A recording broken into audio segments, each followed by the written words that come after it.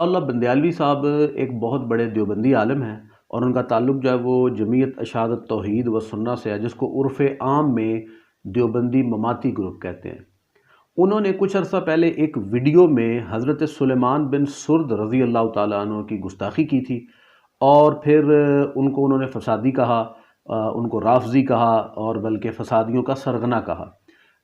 سلمان بن سرد کون ہے؟ سلمان بن سرد اصل میں وہ صحابی ہیں جنہوں نے حضرت امام حسین علیہ السلام کو کوفہ سے خط لکھے کہ آپ آئیں جب حضرت معاویہ کا انتقال ہو گیا، تاکہ ہم آپ کے ہاتھ پہ بیعت کریں۔ تو بعد میں وہ نہ پہنچ سکے، اور پھر کربلا میں حسین علیہ السلام جو ہے وہ شہید ہو گئے۔ تو سلیمان بن سرد اور ان کے جو ساتھی تھے وہ بعد میں بڑے پچھتائے، اور اسی وجہ سے انہوں نے جماعت التوابین نامی ایک جماعت بنائی، جس میں اس بات کا اظہار کیا کہ جناب ہم سے وقتی طور پہ بہت بڑی غلطی ہوئی، ندامت ہوئی کہ ہم نے حسین کو خط لکھا اور ہم ان کو بلا نہیں سکے، تو اب اس کا کفارہ صرف یہی ہے کہ اپنی اپنی جانیں دو اور ان کے خلاف جو ہے وہ نکلو۔ تو پھر مارکہ عین الوردہ، وہاں پہ حضرت سلیمان بن سرد اور ان کے تقریباً 3000 صحابی جو ہیں، ان کے ساتھی جو ہیں، وہ شہید ہوئے۔ اب مولانا عطاء اللہ بندیالوی صاحب جو ہیں، وہ چونکہ ان کی وجہ شہرت جو ہے، ویسے تو مفسر قرآن ہے، لیکن ان کی دوسری سب سے بڑی وجہ شہرت، بلکہ جو پہلی کو بھی پہلی سے زیادہ ہو جاتی ہے، وہ یہ ہے کہ وہ بنو امیہ کے بڑے ڈائی ہارڈ جو ہیں، وہ ڈیفینڈر ہیں، سپورٹر ہیں۔ حالانکہ نبی صلی اللہ علیہ وسلم نے فرمایا تھا کہ میری امت کا یہ قبیلہ یعنی کہ بنو امیہ یہ ہلاکو قبیلہ ہے، لیکن بہرحال وہ بنو امیہ کے بہت بڑے ڈیفینڈر ہیں۔ تو وہ بنو امیہ کی ہر بات کا وہ دفاع کرنا، وہ خصوصاً یزید کا، وہ اپنا فرض سمجھتے ہیں، اور پھر اس دفاع کے اندر بعض دفعہ وہ توہین اہل بیت یا توہین صحابہ کے بھی مرتکب ہو جاتے ہیں، ان صحابہ کے حوالے سے جو کہ بنو امیہ کے خلاف تھے۔ تو جن کا بھی میں نے ذکر کیا، حضرت سلیمان بن سرد، ان کے حوالے سے بھی عطاء اللہ بندیالوی صاحب جو ہیں، انہوں نے ایک بڑی غلط بات کہی۔ اسی طرح انہوں نے ایک موقع پہ حضرت امام حسین علیہ السلام کے حوالے سے ایک مذاق اڑاتے ہوئے ان کا ایک ایسا واقعہ بیان کیا کہ پٹھان جو تھا وہ ذاکر رلا رہا تھا کربلا کے واقعے پہ، لیکن لوگ رو نہیں رہے تھے۔ تو بہرحال اس نے مختلف مصائب کا ذکر کیا، لوگ نہیں روئے، تو بالآخر اس نے نعوذ باللہ ثم نعوذ باللہ، اس نے پھر کہا کہ جی حسین اور ان کے اہل بیت کو نسوار نہیں ملی، تو پھر وہ بہت سے لوگ دھاڑے مار مار کے روئے۔ تو بہرحال اس قسم کے چٹکلے، اس قسم کی گستاخیاں، یہ مولانا عطاء اللہ بندیالوی صاحب کے کریڈٹ پہ ہے۔ لیکن بہرحال اس دفعہ انہوں نے تھوڑا سا ایک اچھے روش کا اظہار کیا ہے۔ انہوں نے اپنی وہ جو سابقہ غلطی تھی سلیمان بن سرد کے حوالے سے، اس سے انہوں نے رجوع کر لیا۔ خط لکھنے کا الزام لگا دیا حضرت سلیمان ابن سرد پہ رضی اللہ تعالیٰ، وہ الزام ان پہ لگا دیا کہ خط کس نے لکھے تھے؟ حضرت سلیمان ابن سرد نے۔ میں نے بھی ایک تقریر میں، کوئی تحقیق نہیں تھی صحیح،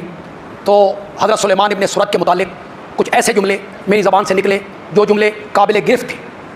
وہ نہیں نکلنے چاہیے، لیکن مجھے اس وقت تک تحقیق نہیں تھی، حالات کا پتہ نہیں تھا، شاید کسی کتاب میں بھی وہ جملے اس طرح کے لکھے گئے ہوں۔ لیکن سلیمان ابن سرد میرے نبی کے صحابی ہیں، اور ہم اپنے اللہ سے معافی مانگتے ہیں، اس میں کوئی شرمندگی والی بات نہیں، کوئی کل قیامت کی شرمندگی، اس سے بہتر ہے کہ آج بندہ اعتراف کرے۔ سلیمان ابن سرد رضی اللہ تعالیٰ عنہ کے متعلق جو کوئی جملہ میری زبان سے نکلا کسی تقریر میں یا تحریر میں، میں اللہ سے معافی مانگتا ہوں، اللہ مجھے معاف کرے۔ صحابی کے متعلق میں کون ہوتا ہوں؟ کوئی جملہ اخلاق سے گرا ہوا یا جو الزام ان پر آئے، نہیں، یہ کوفیوں کی شرارت تھی۔ انہوں نے خطوط کی ذمہ داری کس پہ ڈال دی؟ ایک صحابی پر۔ ایسے یہ حرامی لوگ تھے۔ اور وہ اس میں کہتے ہیں کہ جناب سلیمان بن سرد سے مجھ سے غلطی ہوئی، اور میں آر جو ہے اس کو بندہ ترجیح دے لے زیادہ بہتر ہے، بنسبت اس کے کہ اللہ کے ہاں اس کو ان باتوں کا جواب دینا پڑے کہ اس نے غلط بات کیوں کیا۔ تو میرے نبی کا چونکہ ہر صحابی جو ہے وہ مجتہد ہے، پھر وہ صحابہ کی تعریف کرتے ہیں، اس لیے یہ ممکن سرد جو ہیں وہ خط وغیرہ لکھیں۔ تو پھر اس کے بعد وہ یہ کہتے ہیں کہ اب یہاں تک تو بات ٹھیک تھی کہ چلے انہوں نے ایک اچھی بات ہے کہ انہوں نے ایک رجوع ریکارڈ کروا دیا اور ان سے غلطی انہوں نے تسلیم کر لیا، لیکن آگے پھر وہ ایک روایتی ڈنڈی، کیونکہ انہوں نے مطلب ایک غلط مقدمہ ہاتھ میں پکڑا ہوا ہے، تو اس کو آپ دفاع بھی کریں گے تو کبھی ادھر سے وہ نکل جائے گا، کبھی ادھر سے نکل جائے گا۔ تو اس میں وہ کہتے ہیں کہ اصل میں حضرت سلیمان بن سرد نے خط نہیں لکھے تھے، لکھے کوفیوں نہیں تھے، اور حضرت سلیمان بن سرد کی طرف انہوں نے منسوب کر دیے، یعنی کہ ان کے ذمے ڈال دیے۔ تو میرا سوال یہ ہے کہ اگر آپ نے حق بات قبول کرنی ہی تھی تو پوری کی طرح کر لیتے۔ آپ کو یہ کیا مسئلہ ہے کہ اگر حسین کے ساتھ کچھ صحابی اور بھی تھے، یا یزید کے خلاف کچھ اور صحابی بھی کھڑے ہوئے ہیں حضرت حسین کے علاوہ، تو آپ کا اصل میں مسئلہ ہی صرف دفاع بنو امیہ ہے، اس لیے آپ پوری بات جو ہے اس کو ایکسیپٹ نہیں کریں گے۔ حالانکہ میں نے بتا دیا ہے کہ جماعت التوابین میں جو بعد میں بنی، وہ اس کے سربراہ بھی حضرت سلیمان بن سرد ہی تھے، تو وہ بنانے کا مقصد ہی یہ تھا کیونکہ ان سے پہلے وہ غلطی ہو گئی۔ تو بہرحال یہ ایک تصحیح ہے جو کہ اس پورے واقعے میں ہے۔ آدھی انہوں نے بات تسلیم کی، آدھی میں پھر وہ کہتے ہیں عام طور پہ کہ جی حسین کے ساتھ صحابہ نہیں تھے۔ تو میرا سوال یہ ہے کہ حسین تو جس وقت کربلا میں گئے تو صحابہ کی بہت کم تعداد دنیا میں رہ چکی تھی، اور یا وہ بزرگ ہو چکے تھے، کیونکہ حسین خود 57 یا 58 سال کے تو وہ خود تھے، تو باقی جو صحابہ تھے وہ کتنے بزرگ ہو چکے ہوں گے یا وہ دنیا سے تشریف لے جا چکے ہوں گے، تو وہ حضرت حسین کی مدد کہاں کرتے، اور پھر وہ جنگل بیابان۔ لیکن جب ہم ان سے یہی سوال کرتے ہیں کہ جناب آپ تو 50 سال بعد کی بات کر رہے ہیں، آپ ہمیں یہ بتائیں کہ نبی صلی اللہ علیہ وسلم کے 22 سال بعد حضرت عثمان رضی اللہ تعالیٰ عنہ انصار اور مہاجرین کے تقریباً 30 سے 40 ہزار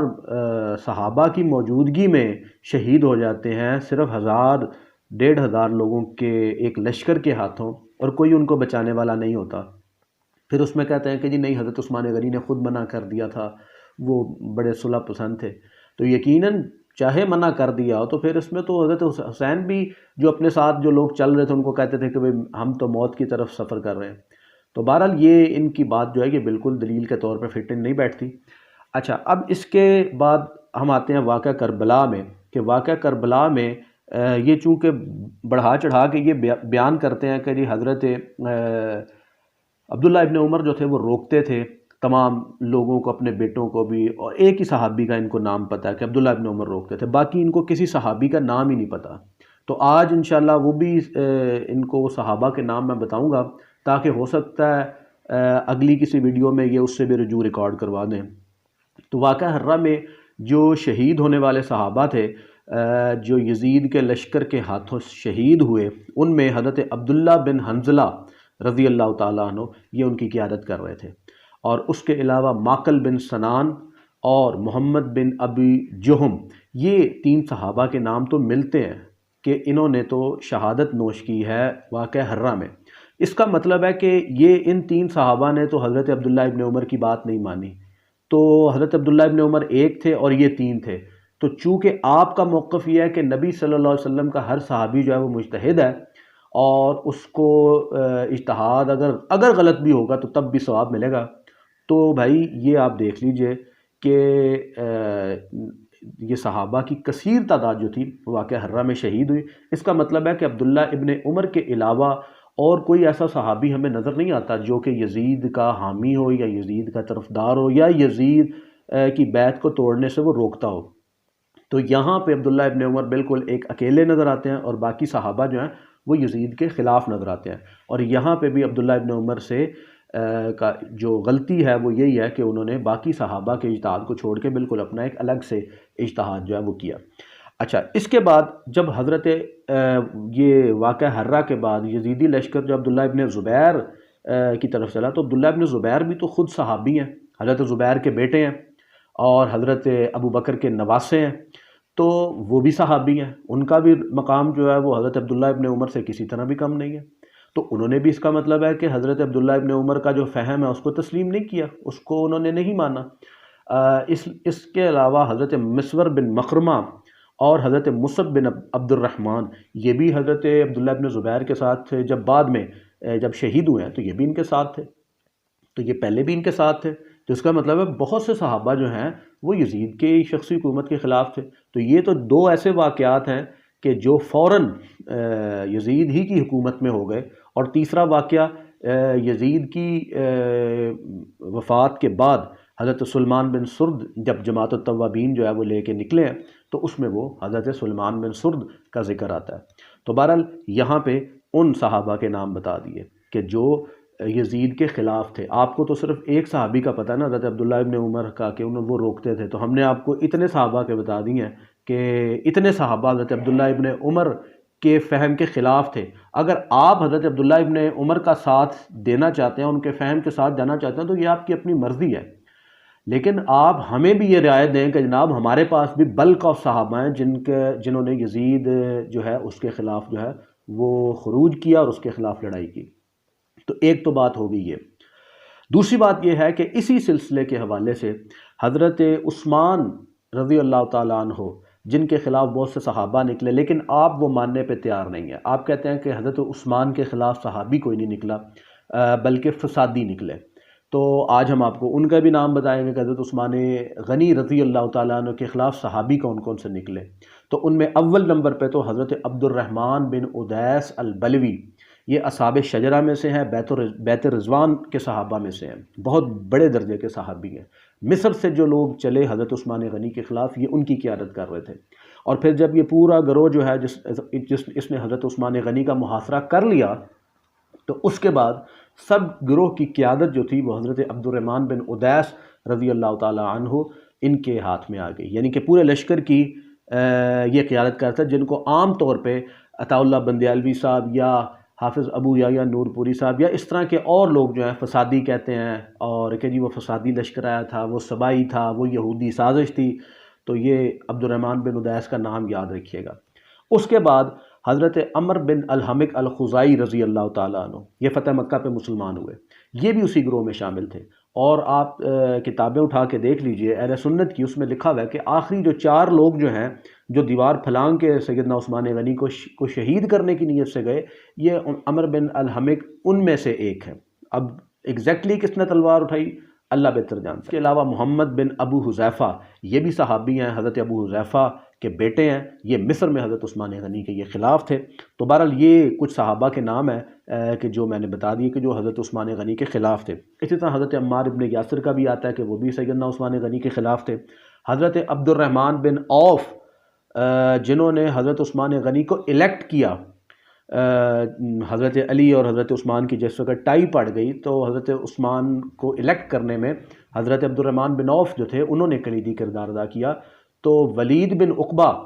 مسند احمد میں روایت موجود ہے کہ ولید بن عقبہ عبد الرحمن بن عوف سے پوچھتا ہے کہ عبد الرحمن آپ امیر المومنین عثمان کے خلاف کیوں ہیں؟ تو وہ پھر آگے سے اپنی وہ 3 وجوہات بتاتے ہیں۔ تو اور اس باب کا عنوان ہی آپ دیکھیں کہ وہ لوگ جنہوں نے حضرت عثمان غنی پہ اعتراض کیا اور ان کے جوابات، تو آپ دیکھ لیجئے کہ عبد الرحمن بن عوف جو ہیں وہ کس درجے کے صحابی ہیں، ٹھیک ہے، عشرہ مبشرہ میں شامل ہیں۔ تو اگر حضرت عبد الرحمن بن عوف یا اتنے صحابہ جو ہیں وہ خلاف تھے تو بہرحال کام کافی گڑبڑ تھا، حضرت عثمان غنی کے خلاف بھی صحابہ جو تھے وہ آئے ہوئے تھے، اس لیے ہمیں ان کو فسادی، رافضی یا سبائی نہیں کہنا چاہیے، خصوصاً وہ لوگ جو صحابہ کا دم بھرتے ہیں، جو کہتے ہیں کہ نبی کا کوئی ایک صحابی بھی آ جائے، وہ جو بھی کرے، وہ چاہے خلیفہ راشد کے خلاف نکلے یا کچھ بھی کرے، اس کے خلاف ہم زبان نہیں کھول سکتے۔ اسی طرح 3 سوالات مختلف میں نے کیے تھے جن کے جوابات ابھی تک کسی طرف سے بھی نہیں آئے۔ اگر کوئی جواب اس کا دینا چاہے تو وہ کوئی عالم اگر اس کا دینا چاہے تو میں۔ پہلا سوال اس میں یہ ہے کہ جب ہم حضرت عثمان غنی کے گورنروں پہ اعتراض کرتے ہیں تو بہت سے لوگ اس سے بھڑک اٹھتے ہیں، اور ہم جب یہ کہتے ہیں کہ حضرت عثمان غنی کی شہادت جو ہے وہ ان کے گورنروں کی وجہ سے ہوئی، ان کے گورنروں کی غلط کاریوں کی وجہ سے ہوئی، تو بہت سے لوگ کہتے ہیں جی یہ تو حضرت عثمان غنی پہ اعتراض ہے۔ تو اب یہ سمجھ نہیں آتی کہ وہی لوگ حضرت علی کے جو گورنر ہیں ان کے اوپر صبح و شام نہ صرف اعتراض کرتے ہیں بلکہ ان کے حوالے سے بڑی لوز لینگویج استعمال کرتے ہیں۔ حضرت مالک بن اشتر ہو گئے، محمد بن ابو بکر ہو گئے، اور اسی طرح حضرت ابن عباس ہو گئے، لیکن وہاں پہ حضرت علی کے گورنروں پہ اعتراض جو ہے وہ حضرت علی کے پر اعتراض نہیں ہوتا، لیکن حضرت عثمان غنی پر اعتراض جو ہے، ان کے گورنروں پر اعتراض جو ہے وہ حضرت عثمان غنی پر اعتراض پتہ نہیں کیسے بن جاتا ہے۔ تو اس سوال کا جواب ابھی تک نہیں ملا۔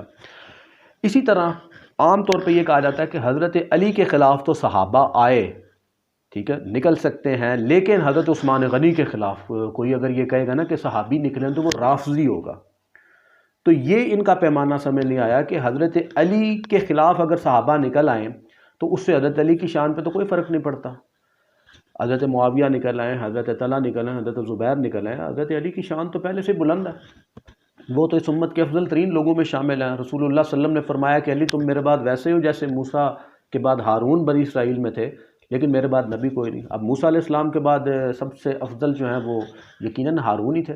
تو حضرت علی کی افضلیت تو ان چیزوں کی محتاج نہیں ہے کہ ان کے خلاف کون نکل رہا ہے یا کون نہیں نکل رہا۔ لیکن دوسری سائڈ پر جب ہم یہ کہتے ہیں کہ حضرت عثمان غنی کے خلاف بھی صحابہ نکل سکتے ہیں تو آگے سے جواب آتا ہے کہ جناب آپ رافضی ہیں یا فلاں ہیں، جو انہوں نے اپنے اپنے وہ القابات جو ہے وہ گھڑے میں۔ تو بہرحال اس سوال کا جواب بھی نہیں آیا۔ اسی طرح یہ کہتے ہیں کہ نبی صلی اللہ علیہ وسلم کے تیسرا جو سوال ہے وہ کہتے ہیں کہ نبی صلی اللہ علیہ وسلم کا ہر صحابی جو ہے وہ مجتہد ہے، وہ چاہے جو مرضی غلط کام کرے، وہ کسی بھی حوالے سے خلیفہ راشد کے خلاف بھی نکل آئے یا کچھ بھی کرے تو ہم اس کو ایک ثواب کا حقدار کہیں گے۔ تو یہ جب ہم یہ کہتے ہیں کہ جناب کیا حضرت عثمان غنی کے خلاف نکلنے والے عبد الرحمن بن ادیس، عمر بن الحمق الخزائی، کیا یہ بھی مجتہد ہیں، یہ بھی صحابی ہیں، ان کو بھی ایک ثواب ملے گا اگر حضرت عثمان غنی کے خلاف بغاوت کرنے، ان کو شہید کرنے، اتنے جلیل القدر صحابی کو شہید کرنے پہ ان کو بھی ایک جو اجر ملے گا یا نہیں ملے گا؟ ایک سوال یہ۔ اگر حضرت معاویہ یا حضرت عمر بن العاص یا ان کے علاوہ دو چار صحابہ کی وجہ سے پورے شامی گروہ کو اجتہاد کی رعایت مل سکتی ہے تو کیا جو کہ 60 سے 70 ہزار شامی گروہ تھا، تو کیا یہ 1000-1500 جو گروہ نکلا جس کی قیادت عبد الرحمن بن ادیس کر رہے تھے، کیا حضرت عبد الرحمن بن ادیس کی وجہ سے یا عمر بن الحمق الخزائی کی وجہ سے حضرت عثمان غنی کے خلاف نکلنے والے صحابہ کو بھی اجتہاد کی رعایت ملے گی یا نہیں ملے گی؟ یا ان کو ہم رافضی اور سبائی اور فلاں دوسرے تیسرے جو فسادی القابات ہیں ہم انہی سے ہی نوازتے رہیں گے؟ تو یہ بھی سوال ہے۔ پھر کہتے ہیں کہ جی حضرت عثمان غنی کو کسی صحابی نے قتل نہیں کیا، تو یہ بھی ڈنڈی مارنے کی کوشش ہے۔ اگر کسی صحابی نے نہیں بھی قتل کیا تو سوال تو یہ ہے کہ جو گروہ آیا ہوا تھا اس کی قیادت ہی صحابہ کے ہاتھ میں تھی، تو صحابہ نے اگر بالفرض اپنے ہاتھ سے قتل نہیں بھی کیا تو وہ اس پہ راضی تو رہے۔ آپ حضرت عبد الرحمن بن ادیس کا اول سے لے کے آخر تک سیدنا عثمان غنی کی جب تک تدفین نہیں ہوئی اس وقت تک جو کردار ہے وہ تمام کا تمام تواتر کے ساتھ کتابوں میں درج ہے۔ تو اب سوال یہ ہے کہ کیا نبی صلی اللہ علیہ وسلم کے صرف وہی صحابی مجتہد ہیں جن کا تعلق بنو امیہ سے ہے، یا وہ صحابی مجتہد ہیں کہ جو حضرت علی کے خلاف نکلے، یا باقی صحابہ بھی جو حضرت عثمان کے خلاف نکلے یا یزید کے خلاف نکلے یا حضرت معاویہ سے جنہوں نے اختلاف کیا وہ بھی مجتہد ہیں یا ان کو بھی ایک ثواب ملے گا کہ جناب؟ اسی طرح حضرت علی پہ ایک اور الزام بھی یہ لگاتے ہیں کہ جی حضرت علی نے حضرت طلحہ اور زبیر سے معاذ اللہ کوئی جبر سے بیعت لی، کوئی تلوار رکھ کے بیعت لی۔ تو ہم اس کا جواب یہی دیتے ہیں کہ جناب اگر حضرت علی نے زبردستی بیعت لینی ہی ہوتی تو عبداللہ ابن عمر، محمد بن مسلمہ، سعد بن ابی وقاص اور اسامہ بن زید جیسے جید صحابہ انہوں نے حضرت علی کی بیعت نہیں کی، تو حضرت علی لازمی انہی دونوں سے بیعت کیوں کروانا چاہتے تھے؟ باقیوں کو تو آپ نے کچھ نہیں کہا۔ تو بہرحال یہ بھی ایک فساد ہے، یہ بھی ایک ڈھکوسلا ہے کہ جو حضرت علی پہ الزام لگاتے ہیں۔ جب یہ کہا جاتا ہے کہ حضرت معاویہ نے یزید کی بیعت تو بطور زبردستی بطور طاقت لی، تو اس وقت یہ کہتے ہیں کہ جی حضرت علی نے بھی تو حضرت طلحہ اور زبیر کی بیعت جو ہے وہ طاقت سے لی۔ تو بہرحال حضرت علی نے تو بالکل کسی طاقت کا استعمال نہیں کیا۔ حضرت علی نے تو جو مدینہ میں جو باقی اصحاب تھے ان سے بالکل یہ مطالبہ نہیں کیا، جنہوں نے نہیں آپ کی بیعت کی آپ نے بالکل ان کو مجبور نہیں کیا۔ لیکن ان کا یہ کہنا ہے کہ یزید کی محبت میں تو لوگوں نے برضا و رغبت لاکھوں کی تعداد میں صحابہ نے بھی فوراً بیعت کر لی، لیکن حضرت علی نعوذ باللہ وہ اتنے درجے کے بھی نہیں تھے کہ وہ ان کی لوگ جو ہے خوشی سے بیعت کر لیتے۔ تو بہرحال یہ وہ چیزیں تھیں جو کہ کلیئر کرنا جو تھیں وہ ضروری ہیں، اور ان میں جو دیے گئے سوالات ہیں ان کے جوابات ابھی تک کہیں سے نہیں آئے۔ اگر کہیں سے آئیں گے تو ہم ان کو ویلکم کریں گے، اور اگر ہماری کہیں پہ اصلاح ہوگی تو بالکل یہ ایک بڑی اچھی بات ہے. اگر ہمیں کہیں غلطی لگی ہوگی تو ہم فوراً اس کو تسلیم کریں گے. لیکن اگر نبی صلی اللہ علیہ وآلہ وسلم کا ہر صحابی مجتہد ہے تو بھائی پھر حضرت عثمان کے خلاف نکلنے والے صحابہ بھی مجتہد ہیں، کیا ان کو بھی ہم جنت میں پہنچائیں؟ میں یہ کہتا ہوں کہ پیمانہ صرف ایک کر لیں. اگر خلیفہ راشد سیدنا علی کے خلاف نکلنے والے حضرت معاویہ وہ بھی مجتہد ہیں، تو پھر خلیفہ راشد سیدنا عثمان غنی کے خلاف نکلنے والے عبد الرحمن بن ادیس بھی مجتہد ہیں. پھر وہ بھی حضرت عثمان غنی کو شہید کرنے کے باوجود بھی جنت میں گئے. اور اسی طرح حضرت معاویہ بھی حضرت علی کے خلاف، خلیفہ راشد کے خلاف بغاوت کرنے پہ وہ بھی جنت میں گئے. اگر یہ حضرت عبد الرحمن بن ادیس جو کہ جن کا رتبہ حضرت معاویہ سے بڑا ہے، حضرت معاویہ تو فتح مکہ پہ مسلمان ہوئے، عبد الرحمن بن ادیس تو بیت رضوان والوں میں سے ہیں. اور رسول اللہ صلی اللہ علیہ وسلم نے فرمایا کہ مجھے امید ہے کہ اللہ تعالیٰ اصحاب بدر اور بیت رضوان والوں کو کبھی جہنم میں نہیں پھینکے گا، نہ ان کو کبھی آگ لگے گی. تو ان کے والے سے تو بالکل ایک کلیئر کٹ حدیث موجود ہے. تو ہم یہ کہتے ہیں کہ اگر عبد الرحمن بن ادیس جو ہیں وہ فسادی ہیں یا ان کے گروہ کا، کیونکہ آپ نام تو نہیں لیتے کیونکہ وہ اتنے مشہور نہیں ہیں، اس لیے آپ میں سے بہت کو پتہ بھی نہیں ہے. میں خود ایک مولوی صاحب سے ملا، انہوں نے کہا جی یہ پہلی دفعہ نام عبد الرحمن بن ادیس میں پہلی دفعہ آپ سے سن رہا ہوں. تو ان کی عمر کم از کم 40-45 سال تھی. انہوں نے کہا یہ پہلی دفعہ، تو یہ ذکر ہی نہیں ہوتا، نہ وہ ذکر کرنا چاہتے ہیں کہ جناب یہ نام جو ہے یہ ہے کون. تو بہرحال اگر عبد الرحمن بن ادیس جو ہیں وہ فسادی ہیں اور معاذ اللہ ثم معاذ اللہ وہ جہنم میں جائیں گے، تو پھر حضرت معاویہ کا مقام بھی آپ طے کر لیجئے. پیمانہ ایک رکھیے کہ صحابی ہیں دونوں نبی کے، اگر تو ان کو بچانا ہے تو پھر ان کو بھی بچانا ہے، اگر ان کو دھکیلنا ہے تو پھر ان کو بھی دھکیلنا پڑے گا. اللہ تعالی ہمیں حق بات کو کہنے، اس کو سمجھنے، اس پر عمل کرنے کی توفیق دے. آمین.